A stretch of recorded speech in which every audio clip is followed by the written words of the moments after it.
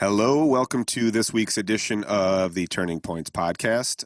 This week, we speak to Don Oakley, who is co-runner. Him and his wife, Patty, run the Wellbeing Retreat Center out in, give me the name again. Tazewell, Tennessee. Tazewell, Tennessee. It's right outside of Knoxville. Outside of Knoxville. Yeah, so they actually, they're the founders. They built it. They bought, it's like 200 acres. Okay. And they bought 200 acres about an hour outside of Knoxville. And so him and his wife, Patty, founded it. Don Oakley is the director of Adyashanti's Open Gate Sangha. And he presents online talks every Tuesday evening, and I'll put the links to all his websites and talks and stuff like that in the more information. But it was a great, Don's amazing. He's awake. He's woke. Yes. I mean, the real woke, like we talk about. He's an awake, aware human being. He's humble. He's kind. He's thoughtful. You just feel warm and safe when you're talking to him, don't you think? It's like, absolutely. Yeah, I felt like there was a very deep awareness watching me every time I asked a question or brought something up. It seemed like he was really listening and paying attention, but also going to respond from, that awareness. So I really enjoyed it. We did have some technical issues. They are out in the wilderness, so might be a little bit delay in the video and the audio, but it definitely, pay attention, be patient, and listen through, because there's a lot of little nuggets of wisdom in there. Hey, Don, welcome to the show. How are you today? Good. Nice to see you, Sean. Nice to see you too, man. So I'll jump right in. The podcast that we've been doing is about spiritual turning points in your life where, you might have sought a different direction or realized that the life you were living is no longer serving you. Could you tell us, kind of the moment or moments where you first realized that you needed to be on a more spiritual seeking path?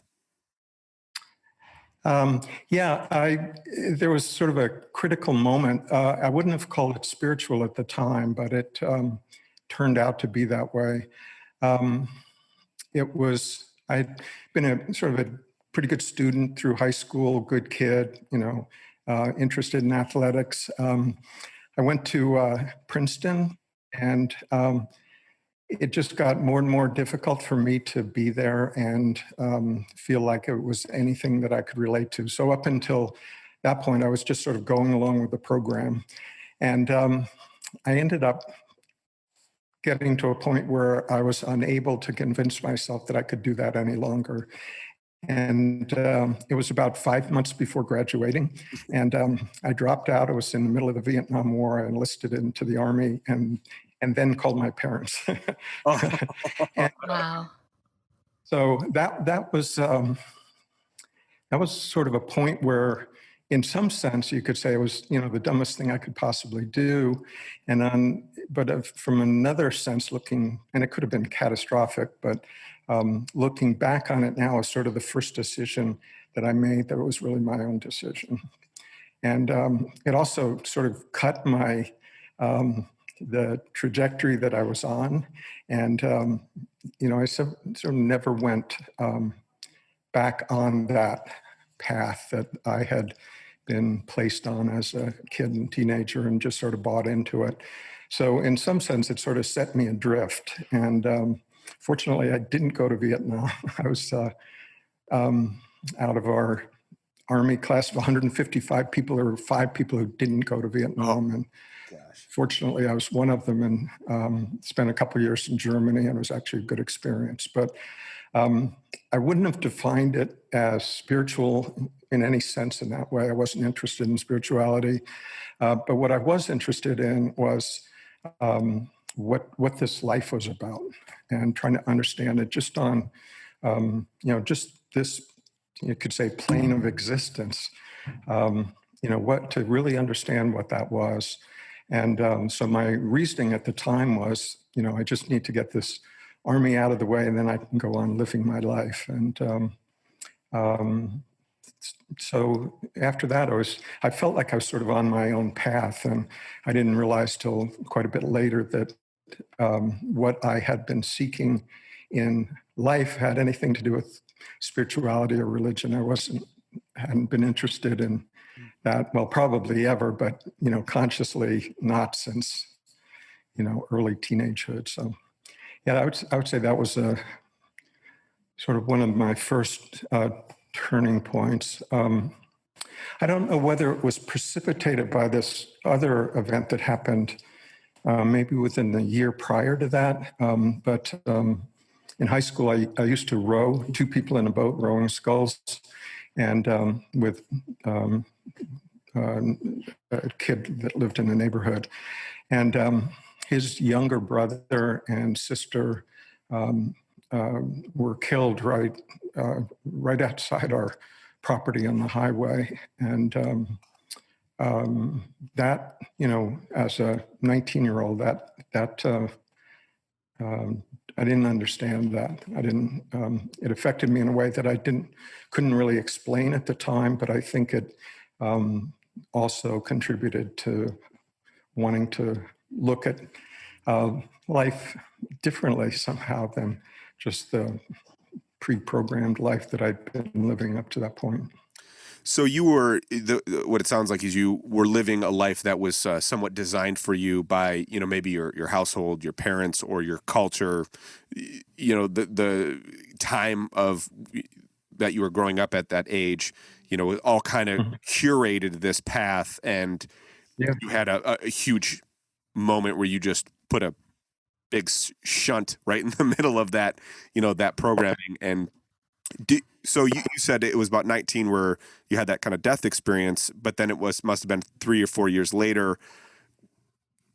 Was there a buildup? Oh, I'm sorry, go ahead. Yeah, probably just a year or two later, but during that time, I mean, I was trying to hold on to the programming as long as I could, and I just couldn't. I got to a point where I just couldn't do it anymore. What were you studying at Princeton? Chemical engineering. It took me about 2 years to understand what that actually was, and once I understood it, I never wanted to. I never worked a day in my life. So. Hi, Corinne. Hey. Okay, so then you were in. Did you say you were in Europe after that? I was in the Army. I was 2 years in Germany. Yeah, and that was a good experience. I learned quite a bit about myself, and yeah, it was good. Yeah, one of the things that I learned there was how to talk.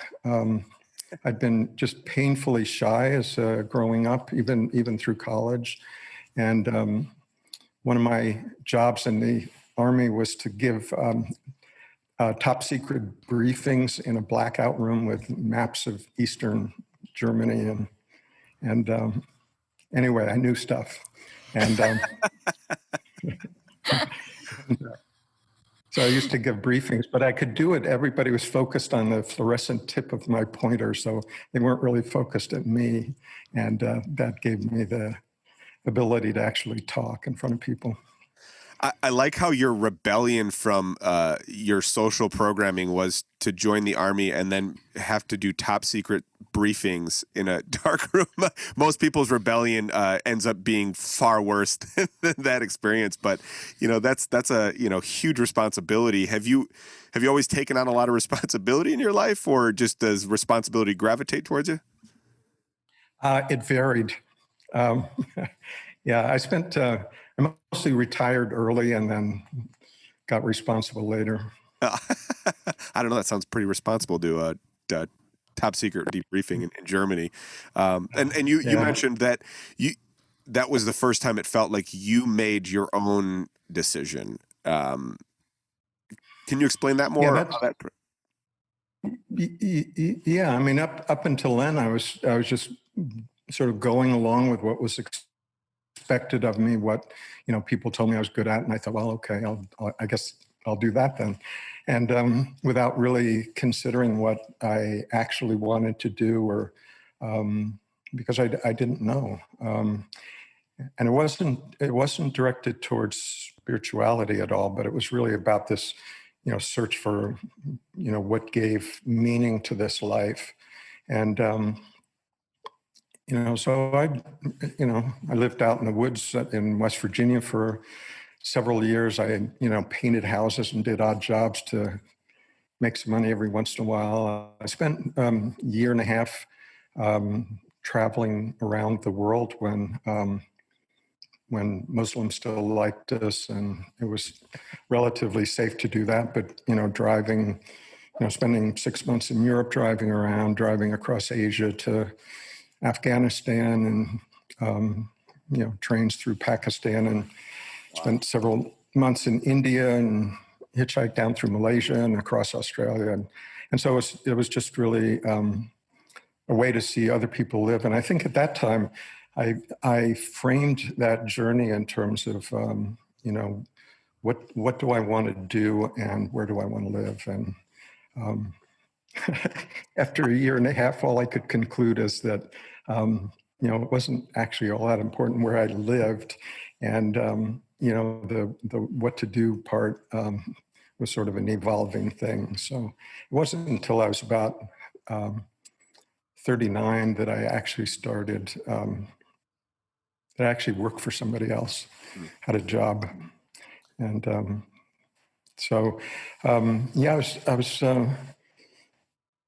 it was curious to discover that there's one of the times in my life where one thing ended and another thing wasn't clear what was next. There was sort of an intermission. And that's happened a few times in my life, and I always felt those are really valuable times, not knowing what's going to happen next, and then taking some time for that to percolate, and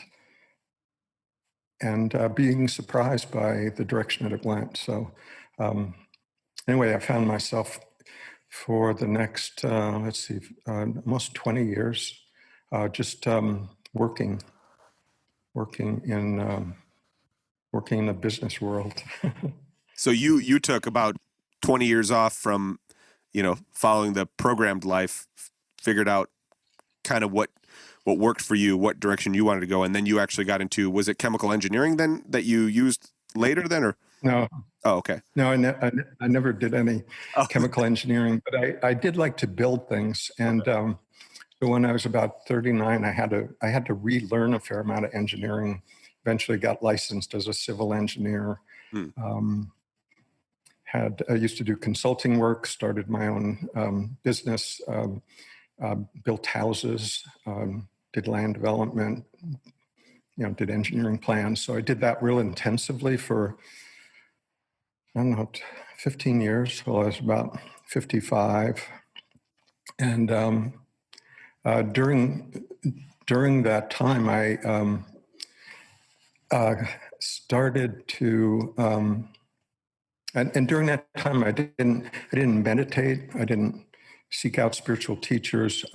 But towards the end of that, I was given a book by my wife at the time, and she was leaving on a trip, and she'd been to this used bookstore, and she just said, I was in this bookstore, and this book was vibrating, so I just bought it, and here it is. And it was a particularly difficult week, and so I just started reading this book, and spent the weekend doing that, and that really did redirect my attention. And the book was Power of Now. It's a good book. Yeah. If you read it right, it should change your perspective on life. if you're kind of a programmed life. That was actually one of the earlier books I read in my early 20s. Actually, Corinne, you might have recommended that to me at that time. So you took a deviation from the programmed life in your early 20s, but you didn't actually start on a spiritual seeking path, call it spiritual seeking. Well, it's hard to say you weren't spiritual. Sorry, I'm kind of run around here, but until later on in life, where once you got this book, then what happened to your brain at that point? Yeah, I wouldn't say that I wasn't interested in spirituality, but I was interested in it really from a perspective of understanding myself. In my earlier years, maybe 30 years old or so, I would have framed it in the sense of, what would this lifetime have to look like at the end of my life in order for me to feel good about how I had spent my time. So how you lived your life versus what you did in your life was more important. The how, the self-reflection part of it. Self-reflection it was still outward looking, right?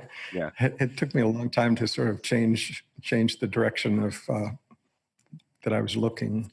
But it was trying to do something or understand something or achieve something or see something that would be have a sense of ultimate fulfillment. And one of the things that I feel that movement out in life was for me is that it gave me a chance to do that. Especially as a relatively shy and timid teenager, I wasn't sure what this body mind could do out there, without sort of taking it for a test drive, see what it could do. And so I spent a lot of time and a lot of effort doing that. And there was apparently something I needed to learn from that. And I found out later what that was, but it took me a while to sort of see through my conditioning enough to see what was, propelling this effort, in the business world. Well, can you share that with us? That sounds like a pretty important sure, insight. yeah. Yeah. Yeah. So let's see. Yeah, I started to go to a lot of Eckhart's retreats from, maybe 97 to 2000, 2001, somewhere in there. A lot of retreats. And I probably I did have my first sort of breakthrough awakening on a retreat with Eckhart down in Costa Rica, I don't know, 98 or so. And it was a full-on awakening, and all the bells and whistles, and belly laughter and tears and all of that, and it lasted for about 4 hours, and I misinterpreted all of the fireworks for what was actually seen, and sort of kept the bathwater and threw out the baby. That's funny. So anyway, it was, I mean, within hours, I felt like, oh, I had it and I lost it. And I don't know, I've heard a lot of people have that experience of, understanding it and then feeling like they'd missed something. But anyway, it was several years later.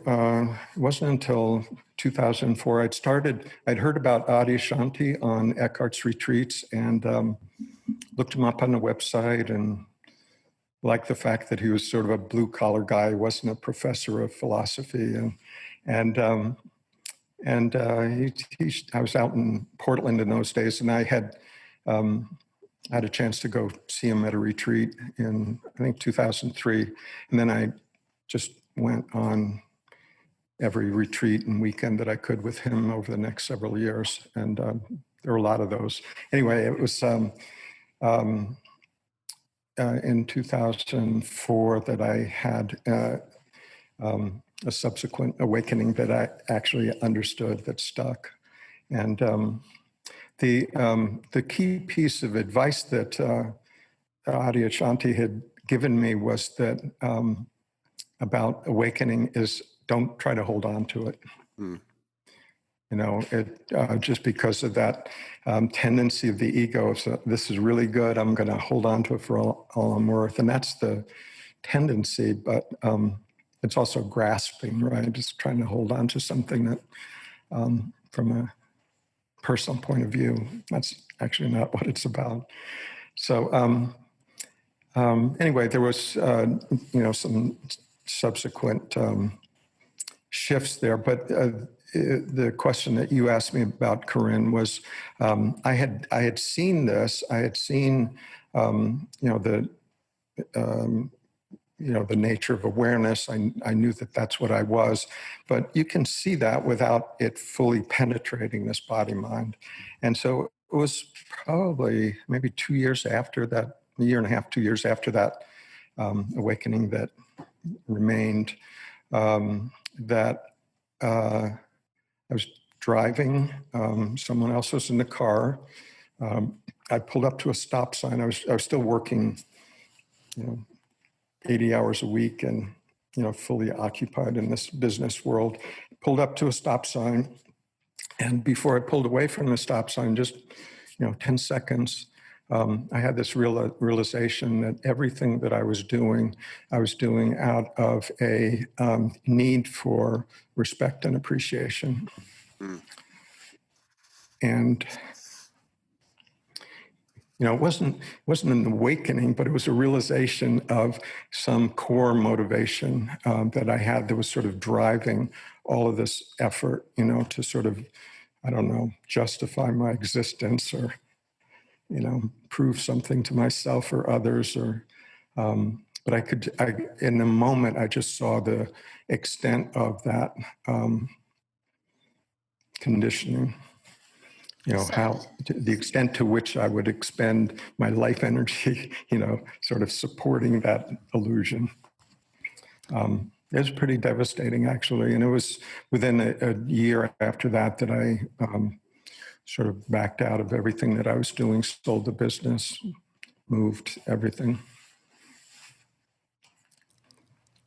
Because you saw clearly your motivation for doing everything, and then it sounds like that then disappeared, that motivation disappeared, so then there was no longer the desire for the business, right? Is that?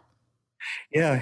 I mean, that's sort of the nature of illusory things, right? You see it, and that's what we can do. We can't, sort of force it away if we still believe it. But if we see through it, it sort of drops of its own heaviness. So can you explain? You're sitting at the stop. You have the realization, and it becomes clear to you. Can you explain the mechanism that? How did you know to trust that realization over the conditioning? What I know it's a feeling. Can you explain what moved you then to let that go? Yeah, I didn't have to try to let it go because the truth of it was overwhelming. Mm. It wasn't just another thought in my head, maybe it's, more like this or that. Sometimes, I once had someone tell me that sometimes you see things that you don't really want to see. And, but when you see them, you can't unsee them. It's just the reality of it that's so striking that you can't just pass it off as another random thought. So once over that year, you begin to let go of that conditioning, or at least that trajectory of conditioning. What are you in this time period now? What are you setting your intention on to move forward in life? Then what is motivating the next steps in your journey? Well, that was interesting. I mean, that because what had motivated me in the past, the next creative thing, the next project, the next challenge, none of that worked anymore.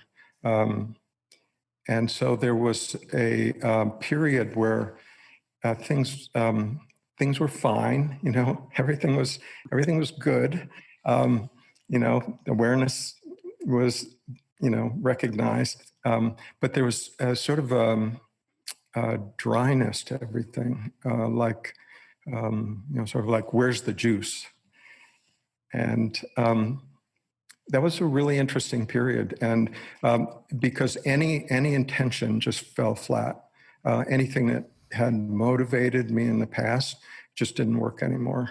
And there wasn't an apparent exit from any of that. And it felt like, well, afterwards, I could say it just felt like, the cup being emptied.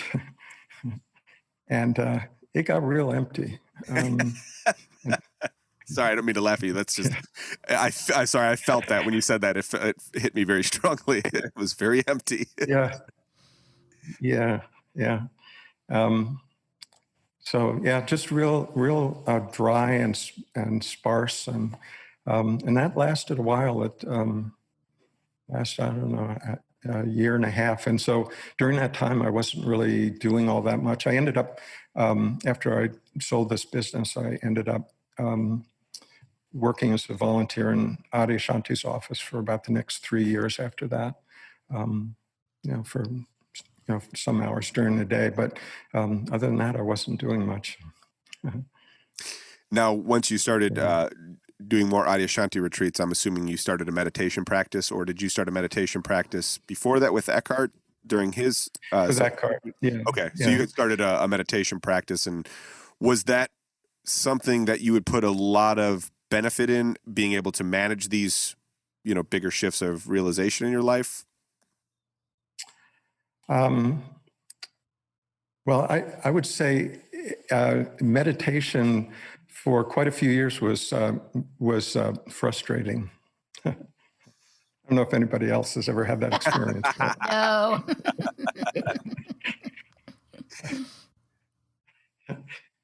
it I'd try all the usual things and try to be peaceful and try to make my mind stop and all of that, and not very successfully at all.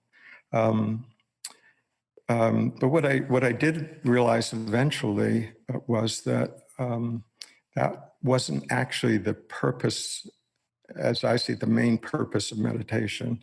Um, it's good. I mean, it's good for the body. It's good to relax and.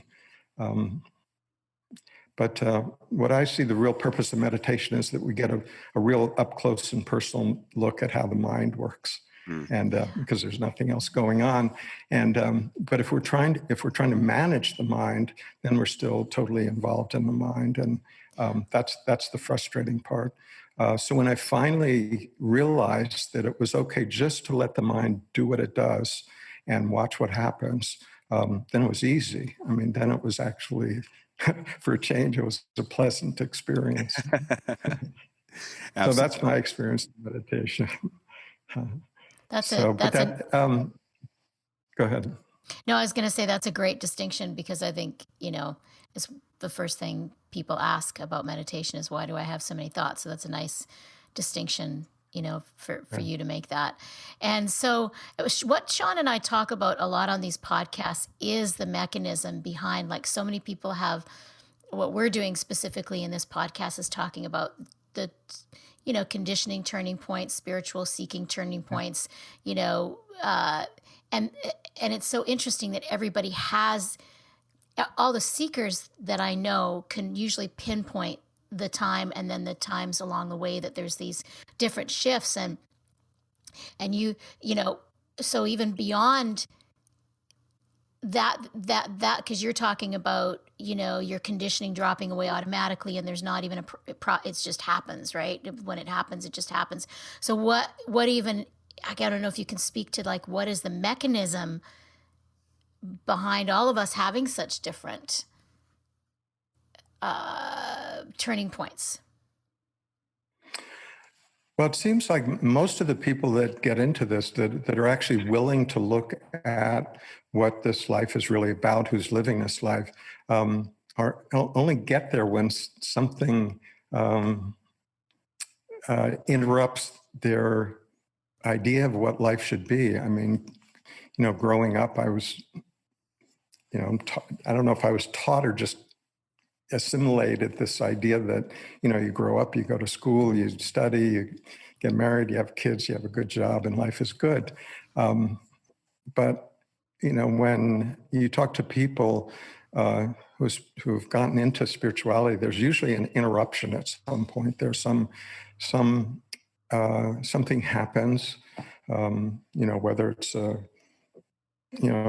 marriage that falls apart, or we lose a job or career change, or financial disaster or health, major health issue, or parent or close friend dies. I mean, things that just shake us out of our slumber of going in a certain direction.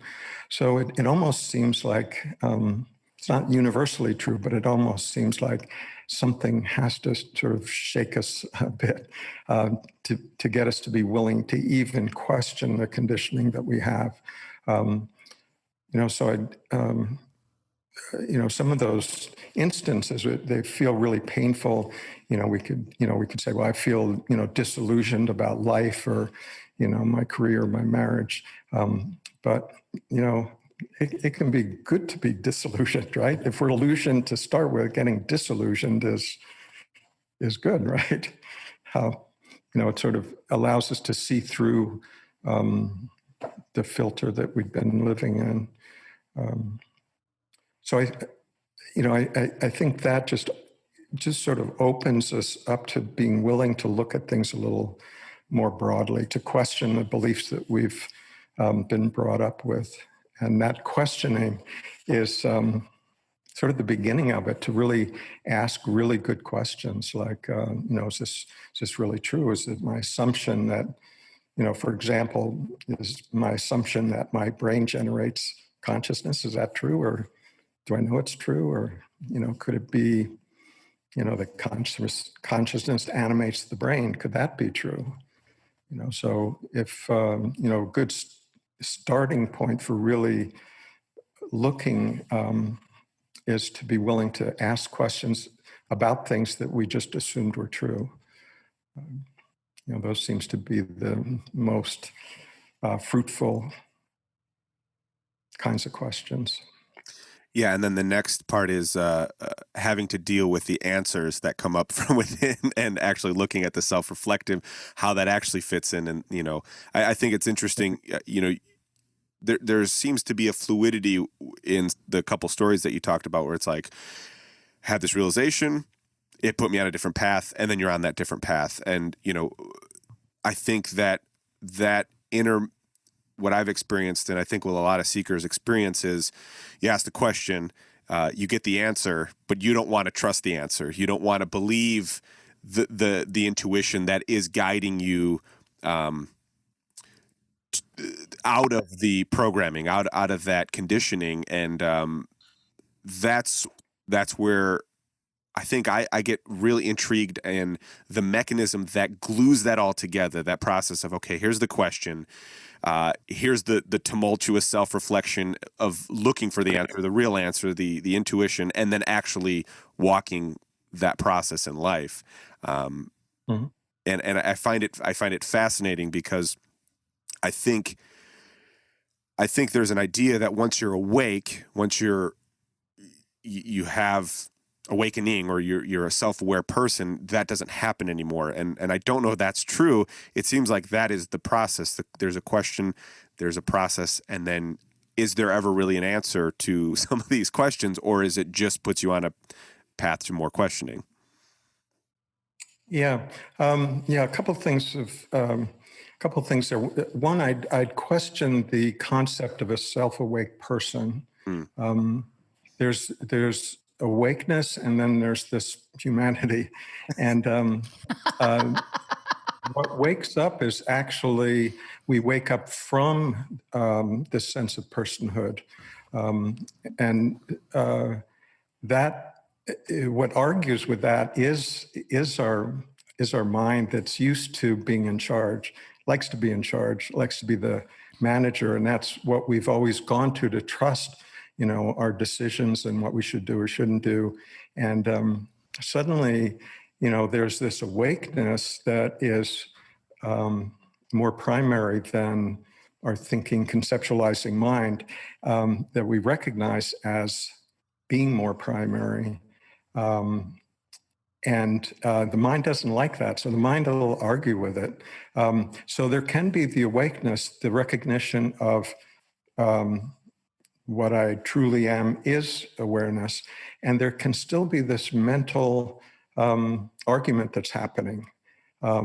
Yeah, but how about this? Did you consider that? Is this really true? All of that doubt and questioning. But what we can do is, question that activity. Sort of doubt whatever it is that's doubting it, or question whatever it is that's questioning it. Sort of turning the mind back on itself, because the body mind is, sort of, it's more dense than the awakeness. So it takes the body mind some time to catch on to what's happening. We may understand it, so there's awakeness that's happening. We can, recognize that. But for a while, this at least was my experience, for a while, there can be a back and forth that sometimes I can feel like I'm resting in that awareness, and other times I feel more like I'm acting out of this body mind and occasionally visiting awareness. And it can go back and forth like that for a while. But after a while, if we don't sort of give in to the mind's insistence of sort of demanding attention and demanding that it be the one to be the final judge and jury of what's true and real, we can begin to see it as just conceptual thought, just beliefs, and eventually, by just not feeding those, not opposing it or believing it, either one will energize it. So by just allowing, those thoughts come up and, just not give them much attention, they'll eventually subside. Yes, Sean knows all about that. We've been through that several times.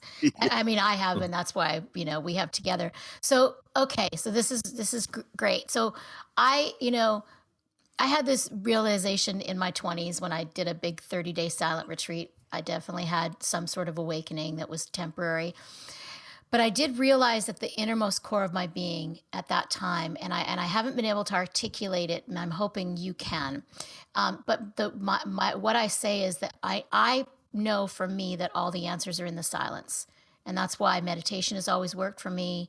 I know for me that nothing that I can do or be or achieve or anything in life will be greater than the stillness within me. Yeah. So can you articulate that a little better? Because I think people wouldn't get, you and I know, and Sean, but is there a way to articulate that a little bit better? Well, I thought you did a pretty good job with it. Really? Yeah. Silent, what more can you say about it? It's, out of that silence, that stillness, everything arises, right? Stillness, awareness, consciousness. We can come up with a number of different words, but it's out of that potential, right? So the silence holds the potential for activity. It holds the potential for music. It holds the potential for, singing, speaking. All of that arises out of silence, falls back into silence. Silence is sort of the ground of being for, where life, originates from. The awareness is actually the same thing, but from a different sort of mental perspective. We could say, well, the awareness is, more like consciousness. Silence is more like, we relate it to auditory things, but it's actually much deeper than that. Mm-hmm. Yeah, I knew that I really got it in a visceral way when I was working at the Chopra Center in the office years ago, and they were doing construction right outside, and they actually for 3 days were jackhammering the cement right outside the window and right outside our meditation room. Yeah. And I got it at a visceral level when I could function completely normally and even meditate, and I really could experience that in the essence of that jackhammer was the stillness and silence. Yeah, yeah, because it actually reflects the silence, right? Without the noise or breeze in the trees or that, it actually, that movement, that manifestation actually points back to the silence always. Um, and then we categorize things like, I like this sound, I don't like that sound so much, but it's just the mind doing that. It's not the sound itself, it's just the mind interpreting, what I like, what I don't like. That filtering, prevents us from actually, like you say, just being relaxed in, whatever circumstances um, are Arise. occurring. We had a retreat here a couple of weeks ago, and we were doing it outside because of COVID, and quiet morning, everything still by the river, and off in the distance there were some deer hunters, and there were some gunshots during the meditation, and some people heard it, some people didn't, but it was like without the mind interpreting that shouldn't happen, or that was a disturbance to my meditation. Those are all mental concepts, right? Yeah. Without the concepts, it's just, there could be a gunshot, there could be a bird sound. We get to decide whether that's a disturbance or just a counterpoint to the silence. Oh, that's awesome. That's a very good way to put that. And I like that visual that you kind of painted, I guess, of something that you can't really paint, but that's a great way to put it. You mentioned you had a retreat. Would you talk about we kind of backtracking here to that realization that you had, and then how long of a journey to get to the point where, as people may not know, that you have essentially a wilderness retreat center, and how did you go from that realization to now you have this space for people to come and explore a very spiritual experience? Yeah, it was sort of an organic movement. I mentioned working at Adyashanti's office. It was just a small office, 10, 12 people for several years. And one of the people working there was my wife, Patty Bottari. And that's where we met. It was office romance. And a few years later, I began to have the sort of movement to want to not live in a city. We were in San Jose at the time, not wanting to live in a city. I'd lived in Appalachia when I was in my 20s and enjoyed it. And so, fortunately, Patty was willing to go along with the idea of moving out to the middle of nowhere in Northeast Tennessee in Tazewell, and live on this beautiful piece of land surrounded by the Powell River. And when we moved here, it was, we didn't know if anybody would ever come and visit. We didn't have a specific plan. I just had the desire to live in a place that I really love being. I've always loved being near water. We have lots of nature around. It's our nearest neighbor's about a half a mile away. And I just wanted to live in a beautiful place, but I also wanted to be able to share it with people. So I think it was out of that desire just to allow other people to have that experience of being out in nature. There's not all that many places that most people go where it's just absolutely quiet, where you hear nothing man-made for 98% of the time. And so anyway, that's how we ended up being here. And then as things went along, we began to build this thing or that thing. I'd been a builder and knew how to do those things. And it just evolved. It was sort of a leap of faith. We knew exactly one person in Tennessee when we moved here. And we're we're an hour and a half north of Knoxville. And it just evolved since then. And so it's been, really a joy to be able to be here and host programs here, both our own programs and other people's programs, and be supportive of people's search. So I see it as a place not only from a spiritual perspective, but somebody could come here who's interested in nature, interested in being out on the river, interested in eating good food, eating gardening. I mean, there's like different doorways that I've always felt that if people could find a doorway that really inspires them, you follow that thread far enough and you end up in the same place.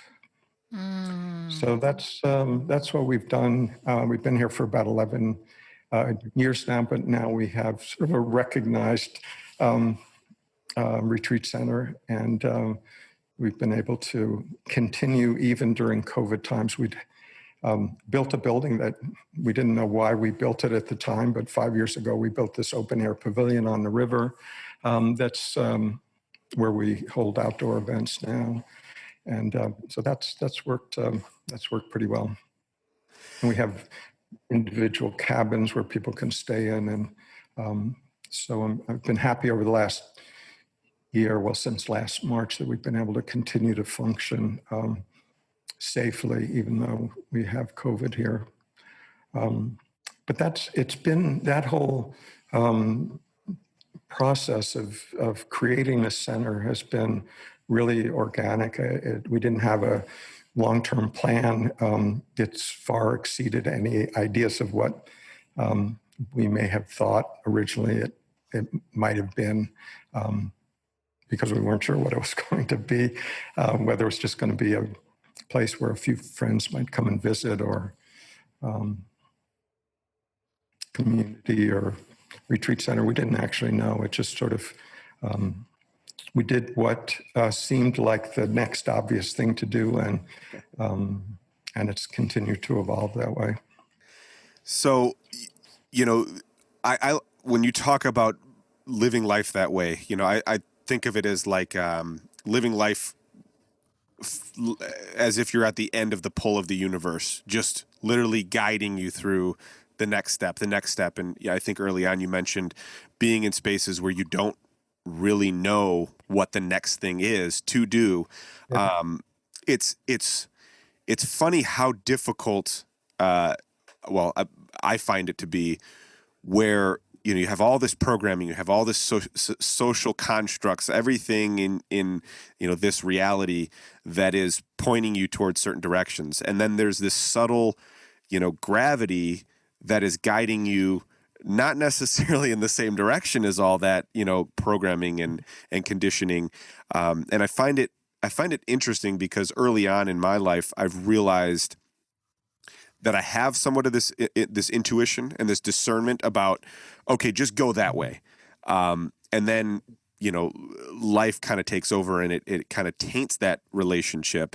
Does that align with kind of how you're moving through life with the new, I don't want to say prospects, but, are you just, this is what's in front of us, go. This is what's in front of us, go. This is what's in front of us, go.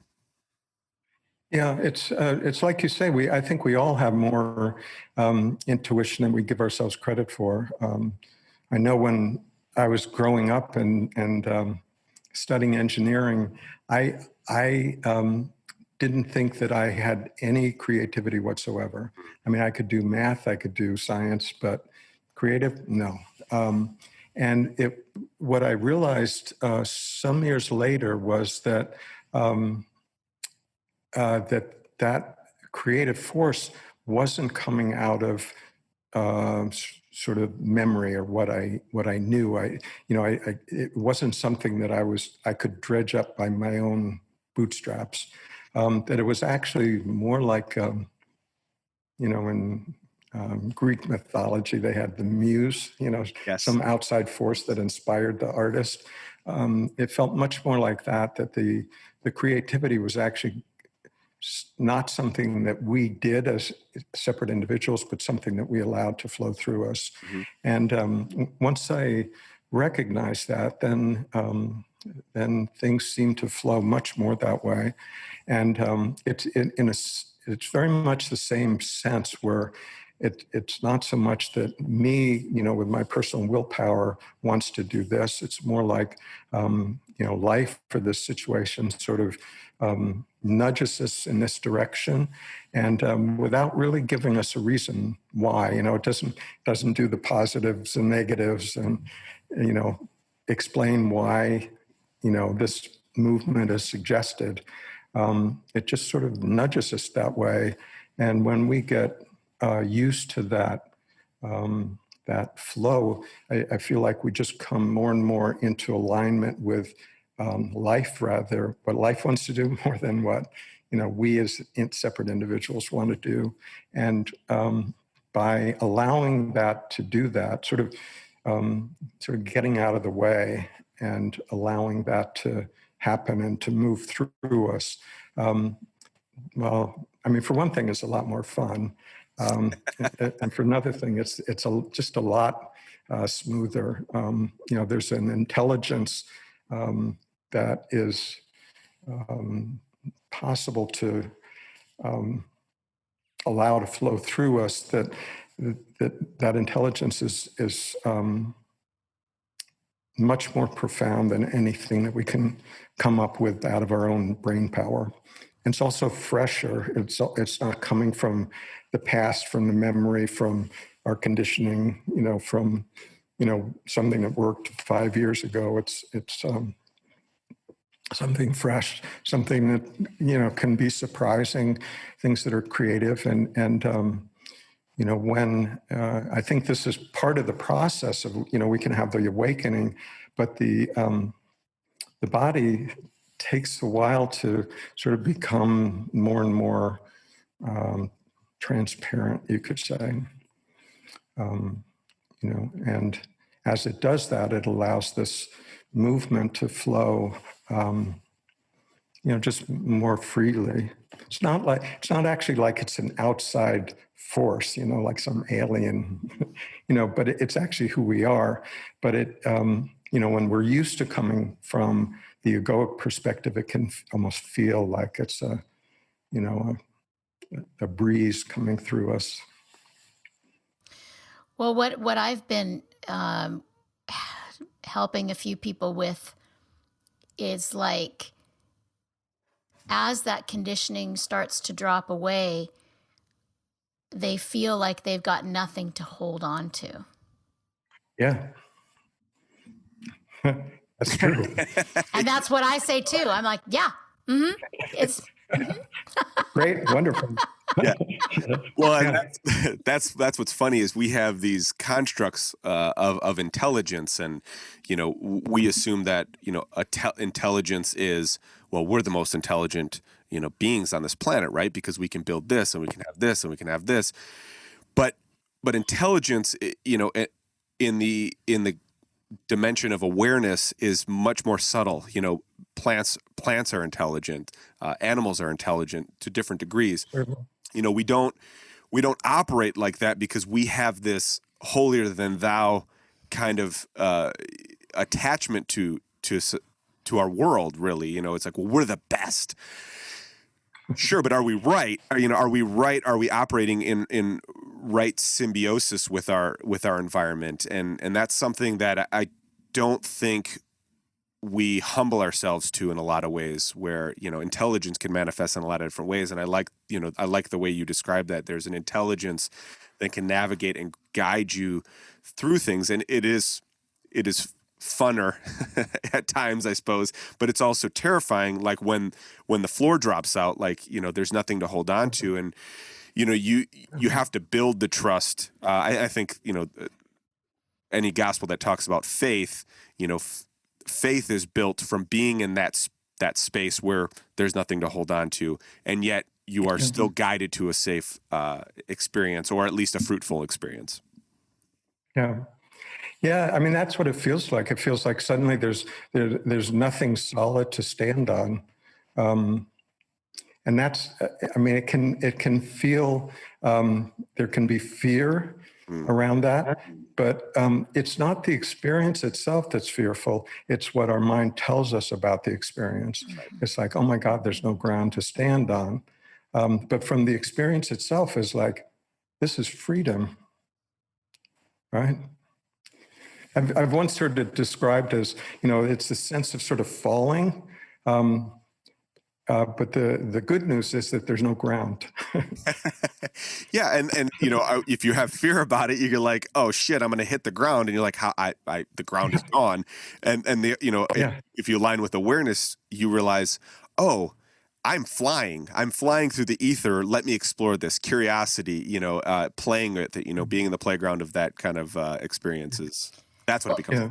I think the visual, I think Adyashanti said, I think he was telling a story on one of the retreats that I was on, where he talked about somebody falling from a plane, and one person is there like just grasping and trying to grasp at nothing, and there's nothing to grasp onto, and the other one's just like floating down. It's like you can do either one.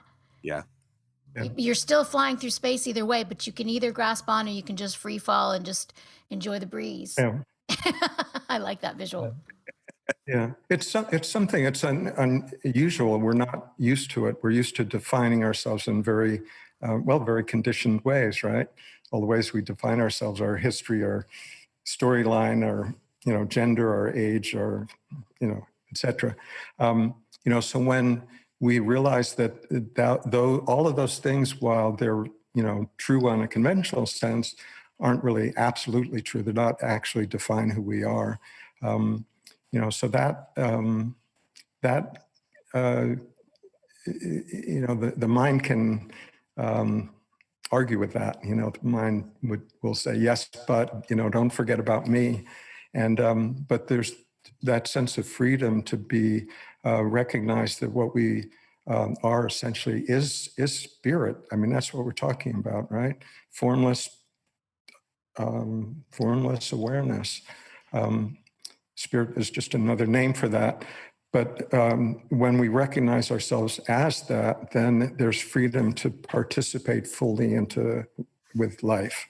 Some people, they recognize their identity as awareness, and it feels really good, and it feels really safe to be transcendent of life, and they sort of hang out there, But, is that really free if we're, sort of reluctant and a bit afraid of stepping back into life? If we're so free, then we should be free enough to participate in life fully, however that looks for us. Once there's that recognition of my true being is awareness, is silence, is spacious. Okay, how does that move in the world? Well, I think, and I love that you're talking about this, because it's such an important aspect that seekers come to. And, that's something that for me, I think I've mentioned to you before, there's not the same, there's been many times through my life where it changes, where there's just not the same motivation anymore. There's not motivation. So then where is the mechanism to be in the world? But it does happen. I mean, it eventually, and I've learned to accept it. Sometimes it's there and sometimes it's not there. Sometimes there's this movement to create a workshop, and then other times there's no movement to create the workshop. And it's me sort of surrendering. It's a process of surrendering into that, because I learned I can create. I'm a creator. I've created my whole life. I created lots of CDs and a couple meditation centers and did all this. I'm just not interested in creating out of the ego anymore and out of those constructs, because I find it to be quite painful and arduous. I'm into surrendering into what the flow happens now, and that's been quite a journey. A balance in, and it's just a peeling away of layers, because any idea I have about it is just an idea. Yeah. So what you say is true. I mean, we find ourselves when we do something out of sort of self self-improvement, self-aggrandizement, ego-based activity, it ends in suffering, right?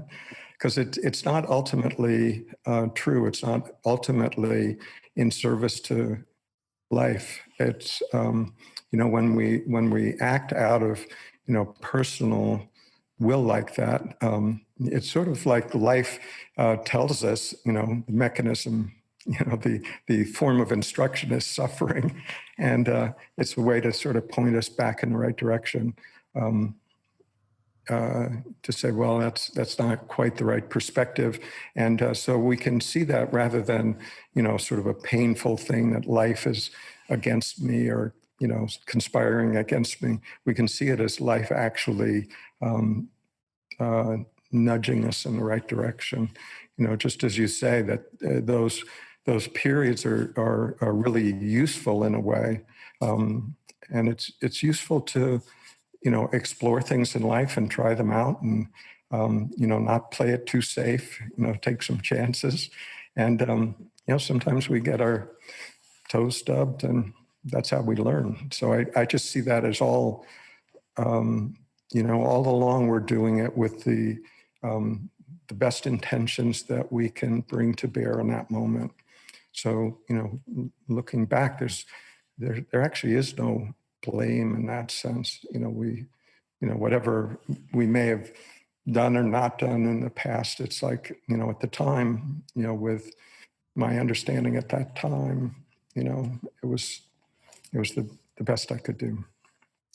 Well, and that's something that I think is starting to become clear to me is, the traumas that we have are essentially parts of the past that we just put way too much weight on. I mean, we give too much weight, and we allow that experience to have a heaviness in moving forward. And the past is actually it needs to be a lot lighter. You have to have more forgiveness when you look back in the past, because, like you said, I mean, if you're going to look at the past and see all those things that you should have done, didn't do, could have done, et cetera, that now, yes, of course, now you would do differently. But, at the time, there's a lot of instances where that's the most information or the most intuition you had or the best advice that you had to do that thing. Then now that you have more clarity of the situation,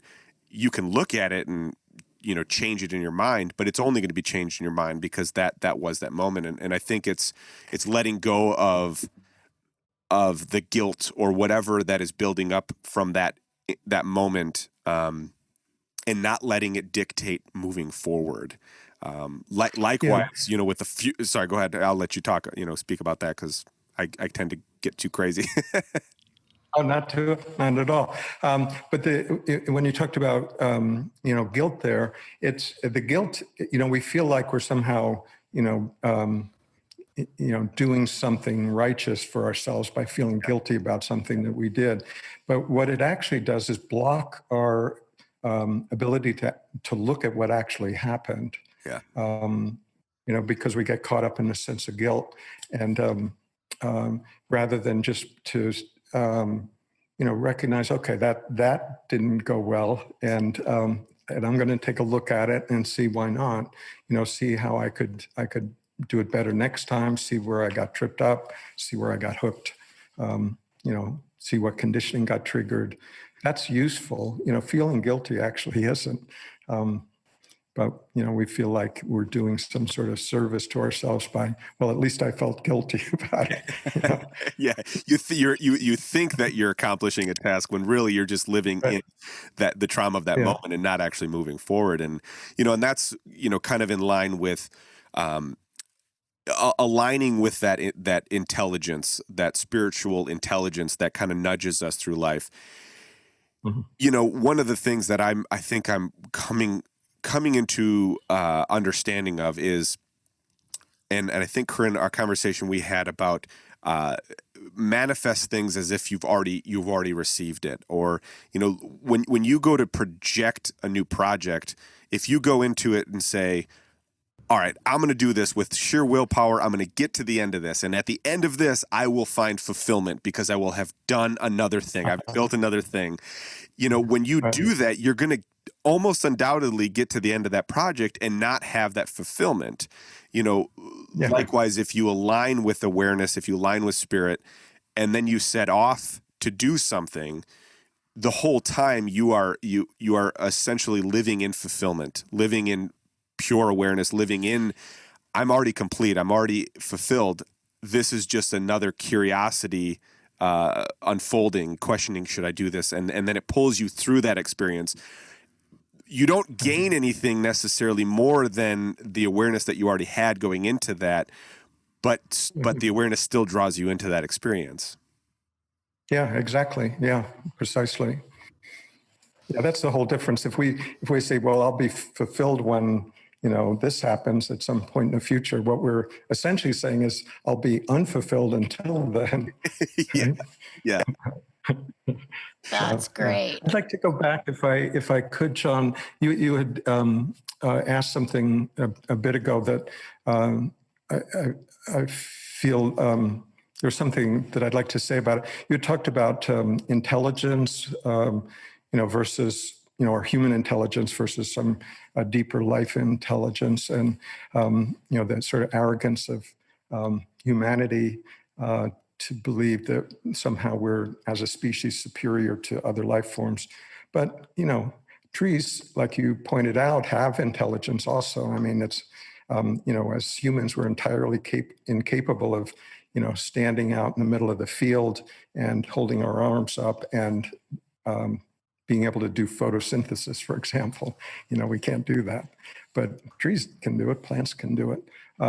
But this arrogance of our human intelligence, we've obviously been able to, create amazing things and gadgets and computers and software that allows us to talk like this and all kinds of things.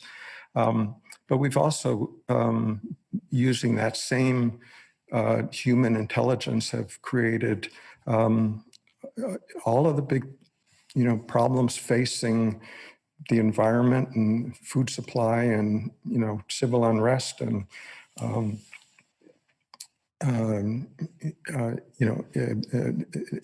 toxins in our rivers and oceans and all the sort of major issues that are facing humanity these days. So it's that we've lost something. We've lost some connection, some recognition that what we are isn't separate from everything else, that we're not separate from nature, we're not superior.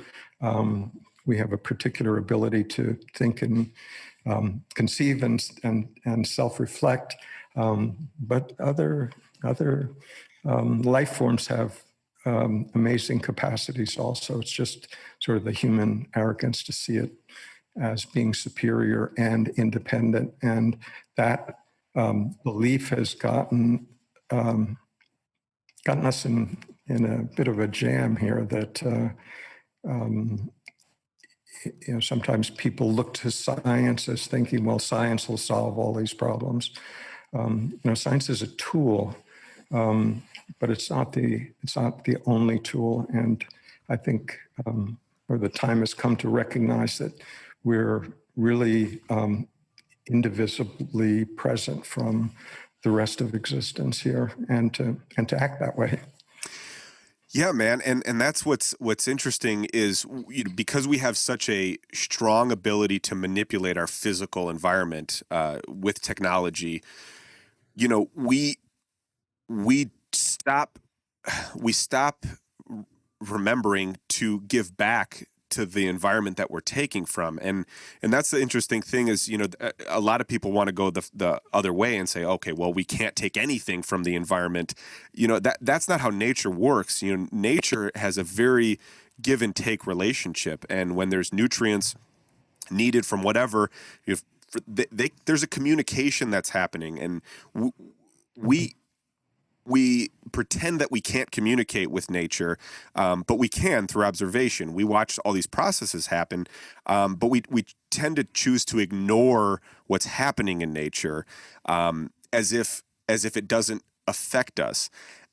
And until you run out of food, then you realize, oh, maybe we should have had a more reciprocal relationship with our environment, but we value convenience, and we value speed over actually doing the right thing and living in that symbiosis with nature, and that's what I think is something that it's cool that you're out, you have this wilderness retreat. I'm sure you're